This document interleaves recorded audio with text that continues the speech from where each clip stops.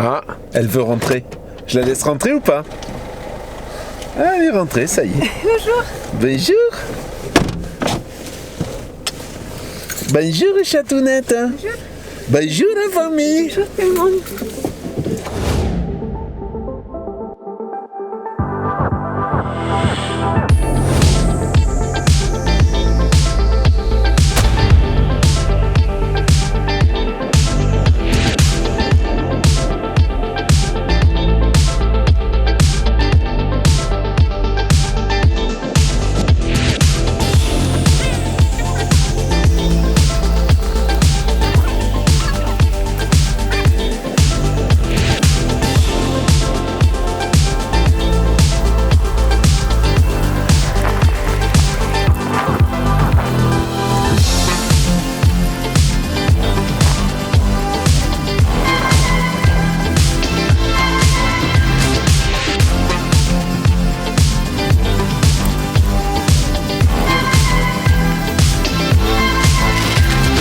Alors ici, pour ceux qui nous suivent depuis le début, c'est là qu'on avait fait notre première vidéo.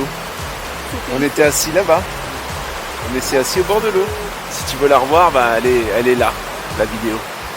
Bon, le son était pas très bon à l'époque, ben, on débutait un peu, donc... On était tout timide, on avait on peur. était tout... C'est magnifique. C'est de la science-fiction. Les jours où c'est de la science-fiction. En fait, on se déplace à une vitesse de lumière au-dessus de la Terre. Au-dessus de la Terre, sans effort. Enfin, c'est... Puis là, on prend les magique. chemins et tout. Hein. Les chemins avec les feuilles, la terre, ça tient super bien par terre. Hein. C'est vraiment magique. Bon, je suis avec ça, mais c'est vrai que je pensais pas que c'était si magique que ça. J'ai manque de mots pour décrire ce que je ressens. Ouais. Dingue, hein? Dingue. Dingue. Mes chers frères, mes chères sœurs, Ah, ça y est, on recommence. Non, mais... on a l'heure déjà est dit- grave. Je vous invite à tous rejoindre ma paroisse. Bonjour la famille. Salut, on va arrêter. Ça chauffe. Je voulais parler aujourd'hui, tu me dis si ça t'embête, Eva, que je parle de ça. Je voulais parler de la situation des commerçants et des artisans aujourd'hui. Des restaurants. Tous les commerces qui sont concernés par l'arrêt de l'activité. Tu sais que tu parles de ça, il va encore dire que tu parles de politique. C'est pourri, mais c'est pas de la politique que je vais parler en fait. Je veux pas analyser la situation d'un point de vue politique. Je veux analyser la situation du côté de celui qui se trouve dans le désarroi aujourd'hui. Comme moi je l'ai été il y a maintenant bientôt 3 ans. Qu'est-ce que tu en penses? Est-ce que tu penses que c'est une bonne idée d'aller plomber comme ça l'ambiance ou pas? Bah, il y en a sûrement qui vont être intéressés, contents, et Je te, d'autres qui vont voilà, râler. ben oui. Je te retrace un peu le schéma du truc. Je te raconte un peu brièvement la façon dont ça s'est passé. Les causes, bon, je ne vais pas revenir sur les causes sont multiples. J'ai subi à peu près la même chose en fait. Mais par contre, voilà, moi on ne m'a pas imposé d'arrêter. En fait, on a fermé des frontières, on ne pouvait plus exporter de camions dans tous les pays vers lesquels je travaillais, une grande partie. Le marché donc, de l'exportation poids lourd en France, ça s'est rétréci. Et j'ai été obligé de trouver de nouvelles idées. Et ces nouvelles idées, j'avais pas les moyens en fait. J'avais pas la trésorerie nécessaire. C'est pour ça que j'ai dû arrêter. Auparavant, peut-être 2-3 ans avant, j'avais eu un gros problème avec le couple de l'époque, où un beau jour, ma compagne de l'époque me dit au revoir président. Voilà. Au revoir président, je me casse, j'en ai marre de ta tronche. Et elle s'est cassée. Voilà. Donc moi je me suis retrouvé avec cette grande baraque où j'avais mis tout mon blé dedans, et du coup les banques m'ont dit, un peu comme les vampires en fait, c'est un peu ça, c'est un peu ce qui t'arrive aujourd'hui. Elles sont arrivées, et elles m'ont dit, nous on peut te donner l'argent. Tu veux l'argent, on va donner. Mon comptable est allé les voir, il a négocié avec eux. Tu vas donner l'argent, mais tu vas payer avec ton sang. Tu vas signer avec ton sang. Et oui, c'est un peu ça. C'est imagé, mais c'est un peu ça. Tu payes avec ton sang. Ça veut dire que tu dis, si je perds, si je gagne pas d'argent, tu prends tout ce que j'ai. C'est tout à toi. Voilà ce que ça veut dire. Bon.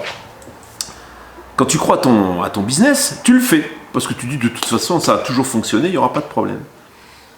Sauf que quand c'est indépendant de ta volonté, bah, tu peux rien faire, comme aujourd'hui. Donc aujourd'hui, vous êtes certainement une partie à avoir des emprunts, à avoir votre business qui est en train de couler, vous êtes en train d'essayer de boucher un peu les trous, vous avez quelques subventions pour essayer de tenir, mais globalement, le bateau continue à couler. Dites-vous bien une chose, vous rattraperez jamais ce que vous avez perdu. Jamais. Alors c'est sûr que les banques, elles font des prêts à zéro, machin et tout, des prêts garantis par l'État, mais vous êtes pieds et mains liés en fait, c'est terminé. Hein, la liberté, le gain d'argent, c'est fini. C'est fini. Quand le bateau coule, il faut savoir le quitter à temps. Et c'est là où je veux en venir, c'est que là aujourd'hui, c'est le deuxième confinement que tu subis. Tu as réussi à te redresser du premier, bon an, mal an. Hein, tu as travaillé après, tu t'es dit, c'est bon, on va essayer de sauver l'année. On va rien gagner, mais on va au moins sauver notre business. Là, cette fois-ci, peut-être ça passera pas. Tu vois ? Donc, si tu sens que ça commence à dégringoler, ne remets pas tout l'argent que tu as gagné dans ta boîte. Parce que tu ne les récupéreras jamais. L'argent que tu as gagné, les choses que tu as réussi à mettre de côté, protège-les. C'est tout ce que je peux te dire. Voilà, c'était ce que je voulais dire, parce qu'en ce moment, là, je pense un peu à tout ça, en fait. Je pense à tous ces gens qui sont dans le malheur. Qui vivent ce que tu as vécu il y a quelques années. Qui vivent ce que j'ai vécu. Quand tu as 40 ans, il t'arrive un problème comme ça. C'est pas un problème, tu te redresses très facilement. Quand tu as 50 balais, ou que tu as 60 ans, c'est mort. Hein. Tout ce que tu as mis, tout ce que tu as engrangé en pensant que tu allais t'en servir pour ta retraite, si tu les remets dans ta faillite, dans ta descente aux enfers, c'est terminé, tu n'auras plus rien. Alors qu'est-ce que tu fais ? Il y a un moment, tu coupes les robinets, tu arrêtes de payer, tout. C'est tout, tu es obligé. C'est toi ou eux. Tu arrêtes de payer. Tu arrêtes de payer et tu prépares ta sortie. Parce que si tu ne prépares pas ta sortie, on va te la préparer à ta place. Hein. Quand les huissiers viendront frapper à ta porte, te saisir ta bagnole, te saisir tes machins et tout, je crois moi que ça fait mal. Hein. Prépare ta sortie. Et prépare-toi le chemin, le terrain, pour pouvoir te dire, même si je ne gagne pas d'argent, je pourrais continuer à vivre. C'est difficile. C'est difficile de se couper un bras pour pouvoir garder le reste. Hein. Mais malheureusement, tu es obligé de le faire. Alors voilà, je te le dis, en conseil, en ami. Hein. Agis tout de suite. Prépare la sortie. Tu vas me dire, c'est pas très constructif et pas très positif. Mais là, ce qui va arriver derrière, ça va être pire que ce que tu vis aujourd'hui. Pour tout le monde, hein. Prépare ta sortie, je te le dis. En tout cas, c'est ce que tous les financiers... Tout le monde le dit, tous les financiers le disent, tout le monde le dit. Tu vas tout perdre, tu vas tout perdre. Protège-toi, achète-toi un petit lopin de terre avec ce qui te reste, à n'importe quel nom, peu importe. Fais-toi quelque chose où tu pourras atterrir, quoi qu'il arrive, sans descendre vraiment aux enfers. Et quand tu te sauves à temps, ben tu vois, il peut t'arriver un peu comme ce qui m'arrive aujourd'hui, c'est que les choses, elles reviennent. Parce que tu es un entrepreneur, parce que tu as pu garder une partie de positif, parce que tu t'es protégé, parce que tu n'as pas eu les huissiers qui sont venus taper à ta porte. Moi aujourd'hui, mon adresse, c'est Courrier des Voyageurs. Ça veut dire que moi, quand je reçois des relances, c'est là-bas. Si j'ai pas envie de les regarder, les relances, je les regarde pas, tu vois. Ça veut dire que dans mon mental, je peux continuer à essayer d'avancer et à réfléchir à comment je peux faire. Et c'est ce que j'ai fait jusqu'à présent. Là maintenant, ça fait 2 ans et demi, presque 3 ans, cette affaire. Et aujourd'hui, je commence à voir, alors je ne vois pas le bout du tunnel, je m'en sors personnellement. Voilà, je ne suis pas sous pression, je suis plutôt serein, et les choses, malgré la crise, hein, je vais quand même m'en sortir. J'arrive, j'ai réussi à transformer les éléments, et maintenant je vais pouvoir m'occuper des casseroles. Je suis pas une casserole, pourquoi tu me demandes ? Non, c'était là pourquoi derrière. Tu me pointes non, toi tu prends une casserole.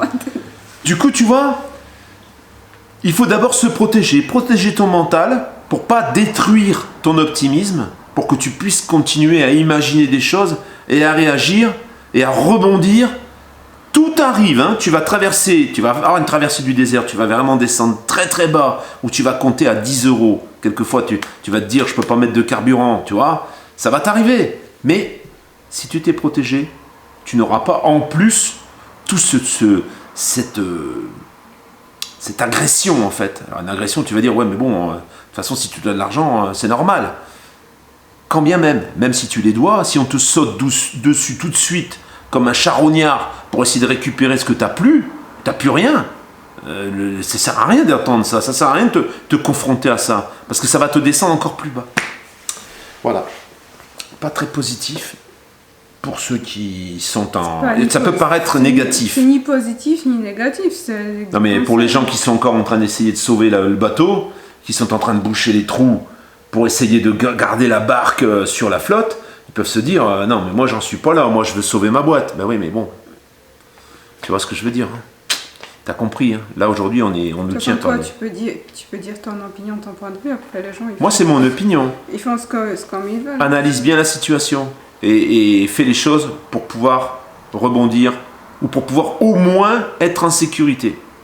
Sécurité mentale et pouvoir être dans un endroit, sans parler de camping-car, hein, mais bon, si tu peux le faire, si c'était dans tes idées, pourquoi pas, mais de pouvoir dire, moi on peut pas me toucher, on peut pas m'atteindre, je suis tranquille, j'ai réussi à sauver, moi j'ai sauvé trop tard en fait, j'aurais dû me sauver beaucoup plus tôt, j'aurais dû dire, je quitte le navire beaucoup plus tôt, plutôt que de remettre, tu vois, remettre le pognon, tu vois, tu penses toujours que ça va se récupérer, tu as gagné de l'argent, tu as de l'argent de côté, tu prends pas de salaire pendant un an complet, j'ai pas pris un radis, et en plus je remettais de l'argent. Que veux-tu?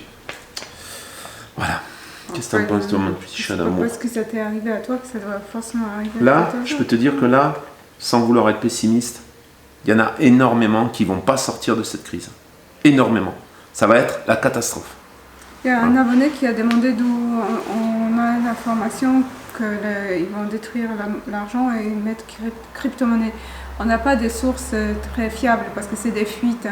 Les fuites, c'est toujours, on ne sait pas d'où ça arrive, mais ça arrive. Il y a toujours un petit pourcentage quand même qui s'avère vrai. Mais... Regarde ce qui se passe aujourd'hui. Le Bitcoin, il remonte. Parce que tous les gens veulent sauver leur argent et mettre dans le Bitcoin. Ils se disent plutôt que de le perdre, autant le mettre dans le Bitcoin. Sauf que le Bitcoin, si ça se trouve, c'est une bulle.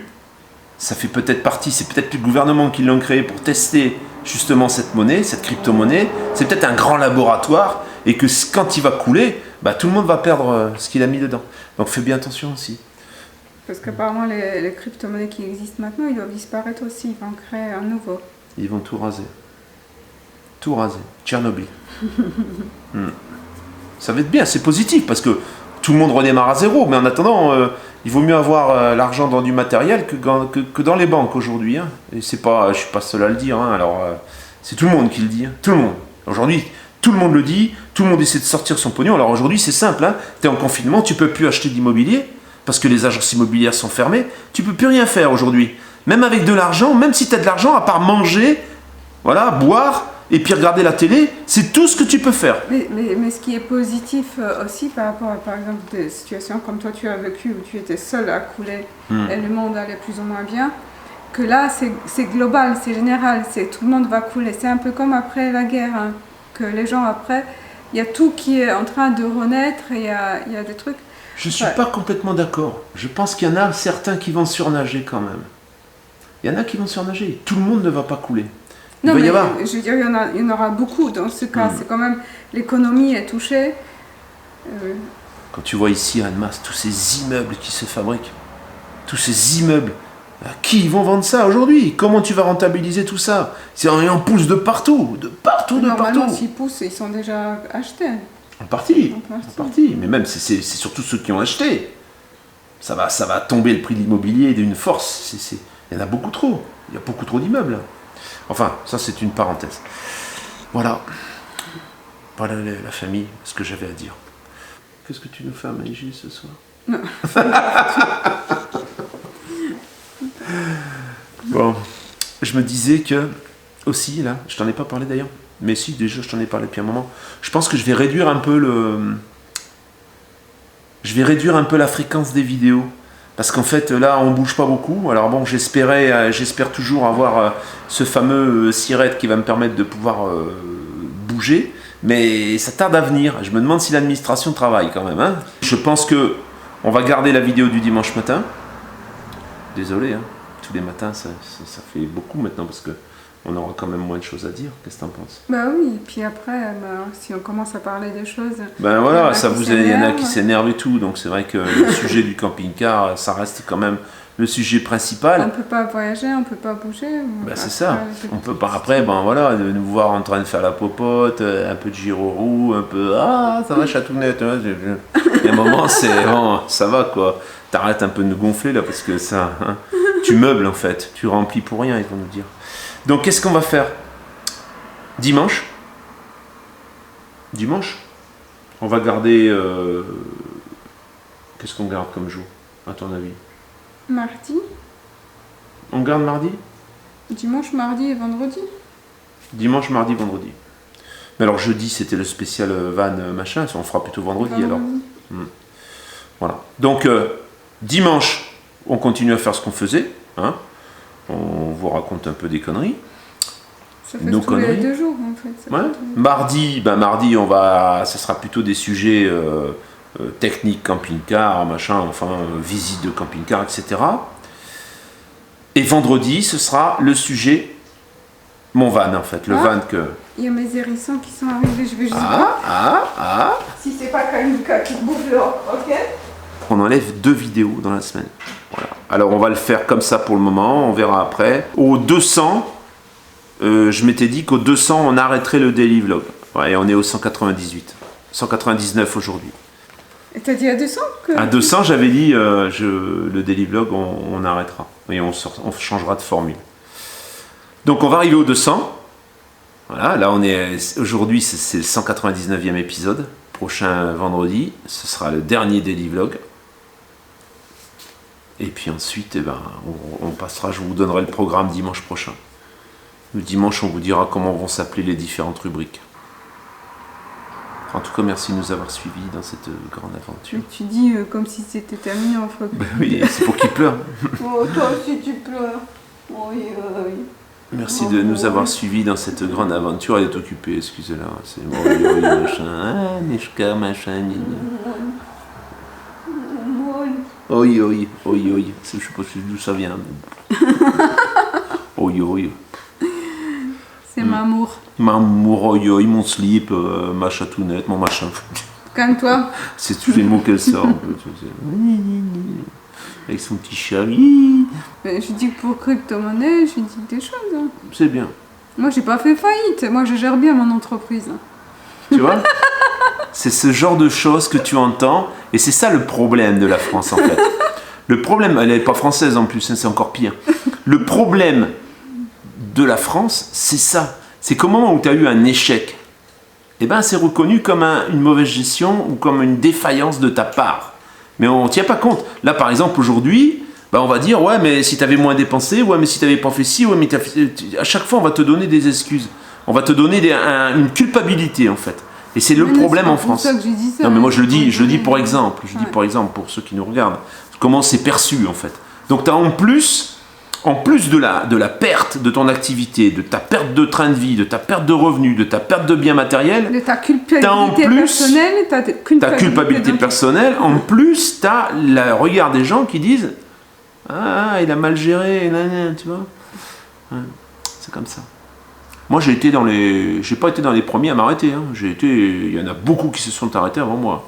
Après, il y a les reins solides, hein, les gens qui ont une capacité financière qui est supérieure et qui ont les banques, beaucoup plus de banques qui les suivent, forcément. Hein. Du coup, ils se sont arrêtés plus tard. Il y en a qui se sont jamais arrêtés.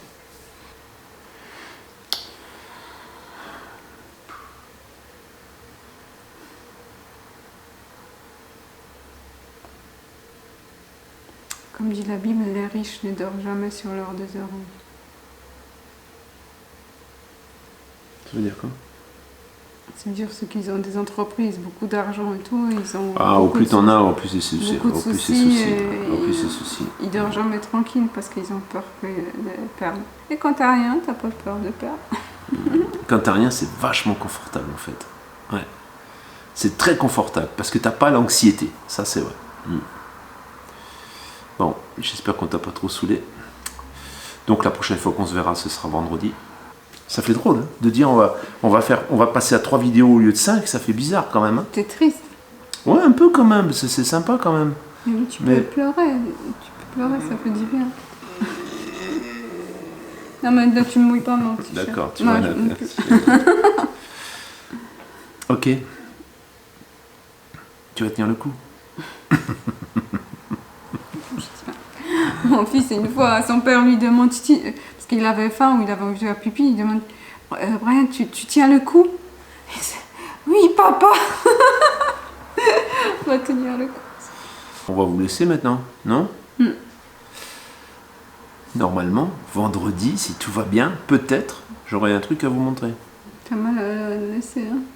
Ouais, bah à partir. Vrai, je sais on se voit plus avant vendredi, donc forcément. Bon, sur ce... Ciao la famille. Ciao, ciao. À vendredi. Vendredi. Ciao. Ciao.